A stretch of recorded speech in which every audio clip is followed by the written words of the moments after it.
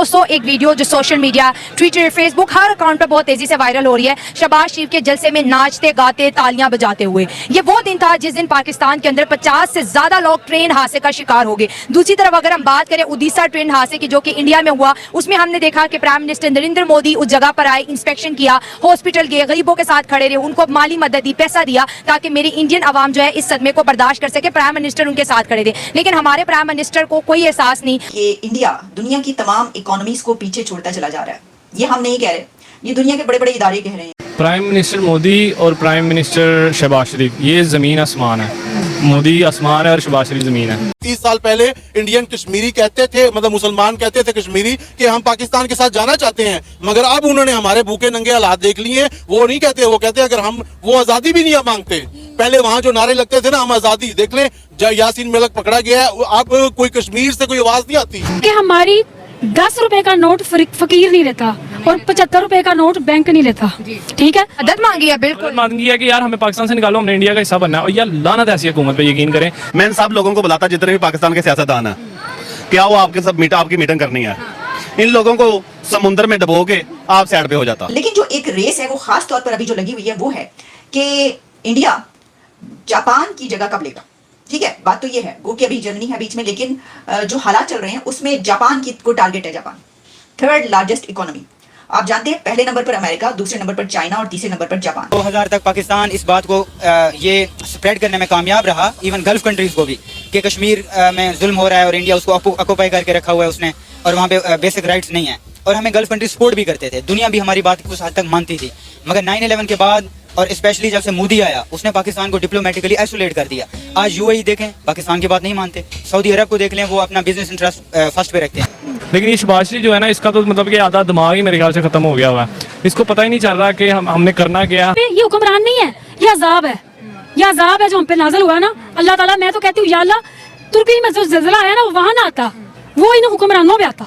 मैं तो गरीब आवाम को नहीं कहती कि वो मरे, ये क्यों नहीं मरते। मेरे पेरेंट्स, मेरे दादा वहाँ से माइग्रेट करके इधर आए थे 1947 में। मेरे वालिद साहब रास्ते में पैदा हुए थे।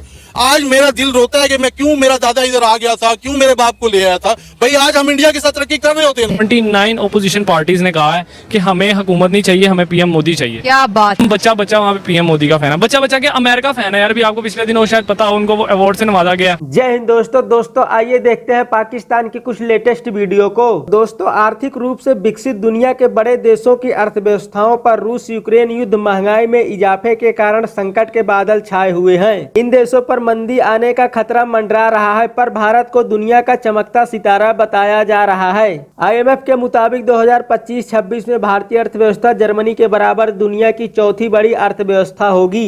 2026-27 में भारतीय अर्थव्यवस्था का साइज बढ़कर $4.94 ट्रिलियन का हो जाएगा और इसके बाद के वर्ष 2027-28 में भारतीय अर्थव्यवस्था जापान के $5.17 ट्रिलियन के मुकाबले बढ़कर $5.36 ट्रिलियन की होगी। वही आज पूरी दुनिया मोदी को पसंद करती है, मगर पाक पीएम को उनकी जनता ही पसंद नहीं करती है। और पाकिस्तानी पब्लिक इतना ज्यादा परेशान हो गई है कि वह कह रही है कि मोदी आसमान है तो हमारे पीएम जमीन है। पाक जनता ये कह रही है कि हमारे पीएम के पास तो दिमाग ही नहीं है। आज पाक जनता अपने आप को कोस रहा है कि उसका जन्म पाकिस्तान में क्यों हुआ, क्योंकि उसको खाने की रोटी भी नहीं मिल रही है और महंगाई ने सबका जीना हराम कर दिया है। तो दोस्तों आइए देखते हैं पाकिस्तान की लेटेस्ट वीडियो को। अब कब तक और कैसे, तो पहले तो आप ये जान लीजिए कि अगर आप ये देखें कि ये जो पिछले 9-10 सालों पर नजर डाल लें अगर आप मोदी इरा पर, तो उसमें रिपोर्ट्स ये बताती हैं कि इंडिया की जो GDP है वो 83% ग्रो की है, यानी पहले की निस्बत। प्रीवियस ईयर्स अगर आप 90s डेकेड और उससे पहले के उसमें जाते हैं तो 83% जो है वो ग्रो की है। और जो चाइना है उसने 84% ग्रो किया है। यानी हम बता रहे हैं कंट्री की GDP के हवाले से जितना उसकी है, हम ये नहीं कह रहे कि उसकी GDP नीचे और इसकी नीचे, नहीं, मैं आपको बता रही हूँ कितना ग्रो किया, कितने % ग्रो किया। और उसमें ये बात अब कही जा रही है कि इंडिया बहुत जल्द जो है वो जर्मनी और जापान को पीछे छोड़ेगा। अगर हम पहले जर्मनी की बात करें तो जर्मनी जो है इस वक्त वो रिसेशन के मूड में है। ये बात क्यों कही जा रही है जर्मनी के हवाले से कि जो इंडिया की ग्रोथ है वो बहुत कमाल की जा रही है।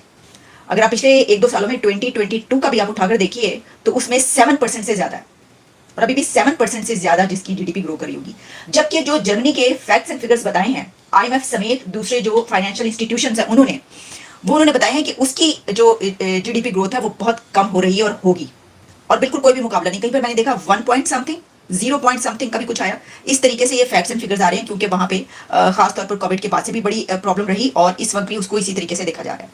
अच्छा, अब इस एक उसको कहते हैं कि मूडीनॉमिक्स, ये चल रहा है जैसे बाइडेनॉमिक्स भी चलता रहा है उसी तरीके से। उसमें ये है कि क्या ये जो इरा है उनके प्राइम मिनिस्टर नरेंद्र मोदी साहब का, उस दौरान जो है वो कितनी GDP ग्रोथ हुई और कैसे जो इकोनॉमी है वो कैसे आगे जा रही है। अच्छा, अब आप ये जानते हैं कि उनके प्राइम मिनिस्टर ने अभी जो है 1-2 रोज पहले जो बात की, उसमें उन्होंने कहा कि उनकी जो 3rd टर्म में वो आएंगे तो उसमें वो फर्स्ट 3 जो इकोनॉमीज है वहां पर ले जाकर दिखाएंगे इंडिया को।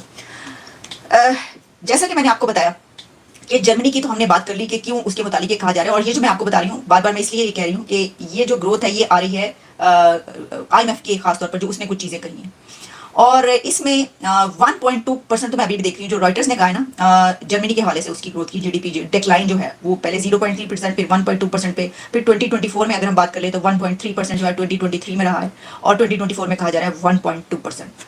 तो इंडिया की GDP के ग्रोथ के मुकाबले में तो ये बहुत ही कम है। इस बिना पर कहा जा रहा है कि इंडिया 2024 में जो है वो जर्मनी को बीट कर देगा। मोदी की अगर आप बात करें ना तो उस जैसा लीडर दुनिया में नहीं आना। मैं आपको फिर बात करूं, आज से 10 साल 11 साल पहले वो बंदा अमेरिका में बैन था, आपको पता हो शायद। बिल्कुल, गुजरात के वजह से। हाँ जी, 10 साल में उसने उसकी कंट्री देख लें, उसका काम देख लें, दुनिया की तीसरी या चौथी बड़ी इकोनॉमी, 5th लार्जेस्ट इकोनॉमी बन गया और तीसरी बनने जा रही है। बिल्कुल ऐसा ही है। उनकी GDP आप देख लें, उनका सेक्टर, कोई भी सेक्टर उठा के देख लें, हमसे वो नेक्स्ट लेवल पे पहुंच गए हैं। सोशल मीडिया पे कुछ दिन पहले मोदी ने एक बयान दिया था कि भाईजान हमारे से पाकिस्तान की अब जंग करनी बनती ही नहीं, पाकिस्तान अपनी कौम खुद मर रहा है। कैसे मर रहा है? ऐसे मर रहा है कि जब हमें अपने लोगों का ख्याल ही नहीं है। अब उसको देखें, उसने वो ग्रास रूट लेवल से लेके बिजनेस लेवल तक लोगों से मिलता है। बिल्कुल ऐसे ही, बच्चे से मिलते हैं। बच्चे से मिलता है, उसको पता है कि मैंने अपना मुल्क संभालना कैसे है।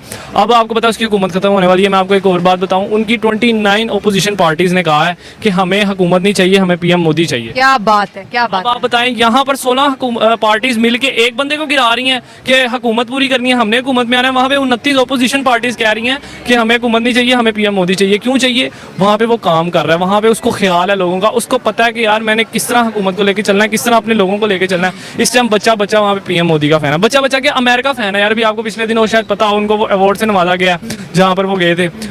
तो अब हमारे प्राइम मिनिस्टर जहाँ पर भी जाते हैं उनको क्या कहते हैं जी, मांगने आ गए। हाँ, ये तो अब आम है ये चीज कि इंडिया ने अपने कश्मीर में बहुत पैसा लगा दिया है, उसमें कारोबार कर रहा है। इंडिया के मुसलमान वहां पे खुश हैं, ठीक है। अगर किसी देखे ना, कश्मीर बहुत बड़ा है, अगर कोई 10 शहरों में से किसी एक शहर में हालात खराब हो गए हैं तो वो तो पाकिस्तान में भी हैं।